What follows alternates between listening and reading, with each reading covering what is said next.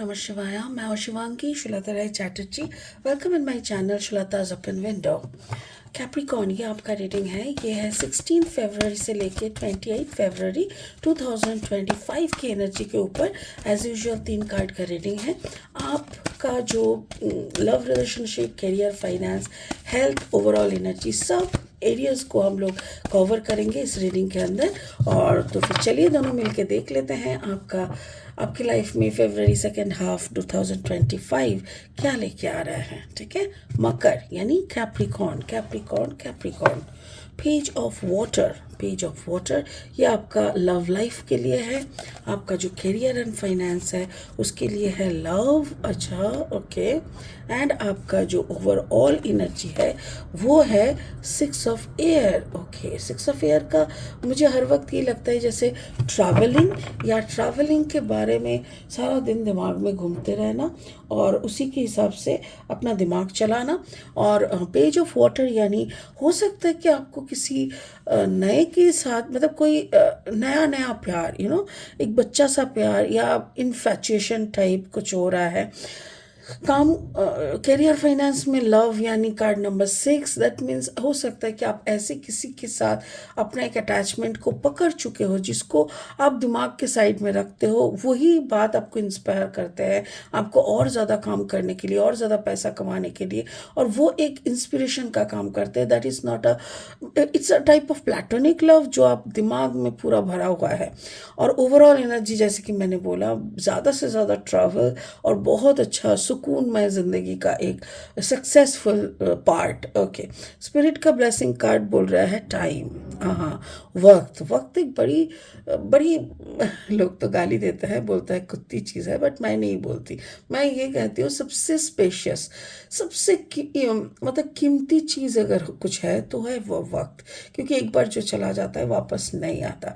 और आपकी ज़िंदगी में भी शायद वक्त का बहुत ज़्यादा हर एक किसी की ज़िंदगी में रहता है। कैप्रिकॉर्न, आपकी ज़िंदगी में भी इनका अहमियत बहुत है। तो अगर आप इसको समझ सके तो वक्त आपकी, और अगर इसको समझ ही ना पाए तो वक्त जाए या आए क्या ही फ़र्क पड़ता है। तो मेरे ख्याल से इसी अंडरस्टैंडिंग के बारे में शायद बोलना चाह रहे हैं। इसको हम बाद में और अच्छे से क्लैरिफाई करेंगे। फिलहाल लेनोर्मैन डेक से 3 कार्ड का और लेंगे और रीडिंग को आगे बढ़ाएंगे। अगर आप मकर राशि के जातक हैं या तो फिर मकर लग्न के यानी सन मून राइजिंग, कहीं पे भी अगर आपका कैप्रिकॉर्न यानी मकर एनर्जी है तो आपका एनर्जी के साथ इस रीडिंग का जो एनर्जी है वो ज़रूर कुछ ना कुछ आपको मैचिंग मिलेगा। ओके, द क्लोवर, ये लकी लीफ कहते हैं इस कार्ड को, इस पौध लीफ को। Okay, and the second card is the weep. Okay, and the third is the bear. Okay okay, fine. और 3 कार्ड लेंगे, ठीक है कैप्रिकॉर्न, फिर देख लेंगे क्या आ रहा है फाइनल स्टेज। अगर आप नए हो ना मेरी चैनल पे और मुझे सुनते हुए आप एंजॉय करते हो, दैट मीन्स अगर मेरी कंटेंट आपको यूज़फुल एंड हेल्पफुल लग रहा है तो प्लीज़ मेरी कंटेंट को ना ज़्यादा से ज़्यादा शेयर करो, मेरी चैनल को प्लीज़ सब्सक्राइब कर दो, और हाँ, बेल आइकन को दबा देना ताकि मैं जब भी आपकी रीडिंग बनाऊँ वो सीधा आप तक पहुँचे। ठीक है, okay. Capricorn and Capricorn. 5 of Cups energy, okay. And then the Page of Sword energy, and then the Death and Rebirth energy. मुझे ऐसा लग रहा है जैसे आपकी कुछ चीज़ें ना आपकी अभी भी इमैच्योर है, कुछ चीज़ें इमैच्योर है, बट आपको लगता है बहुत ज़्यादा मैच्योर हो। तो चलिए शुरू करते हैं आपकी लव लाइफ से। लव लाइफ को ही देख लो। आपकी love life page of water यानी इमोशनल साइड से ना आप उतने इमोशनल हो नहीं, आपके अंदर बहुत लॉजिक है, बहुत ही अच्छी तरीके से आप चीज़ों को समझ के फूक फूक के पैर रख के आप आगे बढ़ते हो, अपनी लाइफ स्ट्रैटेजी को बहुत अच्छे से आप फॉलो करते हो। तो पेज ऑफ वाटर भी वही है कि आप अपने इमोशन के बारे में काफ़ी बच्चों जैसी हरकतें करते हो, यानी मतलब कुछ होते हैं ना पूरा इमोशनली ड्रिवन, वैसा नहीं होते। और जो भी आप करते हो उसके साथ आपका जो गुड लक लक है, आपका बृहस्पति शायद बहुत अच्छी पोजीशन में है, ये बहुत अच्छी सपोर्ट आपको मिलता है, इसीलिए आप जो भी कुछ करते हो ना, वो आपको मतलब आपका बुरा वैसे नहीं होता है, सब कुछ आपका लक फेवर कर देते हैं। बट अल्टीमेटली अगर हम आपकी लव लाइफ को देखें तो yes, you are not happy in your love life, in your life actually, क्योंकि आपकी लव लाइफ काफ़ी डिस्टर्बिंग है। बट आपको क्या ही करें, आपका जो सिचुएशन है ज़िंदगी की, तो शायद उसमें थोड़ा सा मतलब होता है ना कर्मा, we have to follow, like हमको, हम जितना भी मर्जी जो भी कर दे, अगर हमारा कर्मा गड़बड़ है ना, तो हमको ऐसा इसको फेस करना ही पड़ता है। मुझे भी वही दिख रहा है, ऐसा लग रहा है जैसे आपका कर्मा आपको ऐसी जगह पे, ऐसी परिस्थिति पे लाके खड़े कर दिए कि आपका बृहस्पति के सहायक के कारण या सपोर्ट के कारण ही आप अभी भी अपने खुद से प्यार कर पाए हो, वरना वो भी नहीं होता। तो कुछ क्षेत्र, कुछ कुछ बातों, कुछ कुछ कैप्रिकॉर्न में तो सेल्फ लव भी नहीं है। उन लोगों को ऐसा लगता है कि मेरा जीने का क्या ही मकसद है, फुल्ली डिप्रेशन में है, emotional disturbance, emotional turbulence Capricorn के लाइफ में बहुत ज़्यादा दिख रहा है। सो आपको यहाँ पे थोड़ा खुद के ऊपर काम करना जरूरी है कैप्रिकॉर्न, प्लीज़। कुछ नहीं तो ओम नमः शिवाय का जो जाप है ना, वो एटलीस्ट एक सिटिंग में 1111 बार किया करो एवरी डे।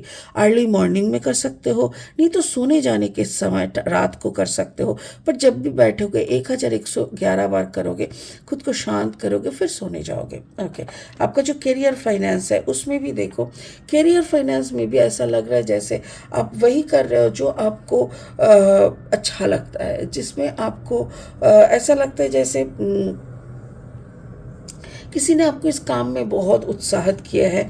आपको आपका जो भी काम आप करके करते हो ना, इसमें किसी ऐसे इंसान का काफ़ी योगदान और काफ़ी हेल्प है, जिसके साथ शायद आपका बहुत प्यार था, और उस प्यार को वो प्यार रंग नहीं लाए, मतलब वो प्यार माइनस हो गया। आप दोनों का एक platonic form of love create हो गया है, जहाँ पे आपको मालूम है कि वो आपसे मोहब्बत करते हैं और उनको मालूम है आप उनके लिए जान छिड़कते हो, बट आप दोनों अलग अलग दुनिया में रहते हो। जैसे आप अपने फैमिली में, वो उनके फैमिली में, but still you both love each other. और वही जो ताकत है ना, कहीं पे 100% सरेंडर करके प्यार करने का भी एक ताकत होता है, वो ताकत ही आपका एटीट्यूड है। और उसी के ऊपर निर्भर करके आप जो भी करते हो ना, एकदम बिंदास होकर करते हो। आपको ऐसा लगता है कि जैसे उन्होंने आपको इंस्पायर किया है, आज जो भी आप करके पेट चला रहे हो, संसार को, फैमिली को चला रहे हो, उसमें भी शायद उनका बहुत बड़ा योगदान था,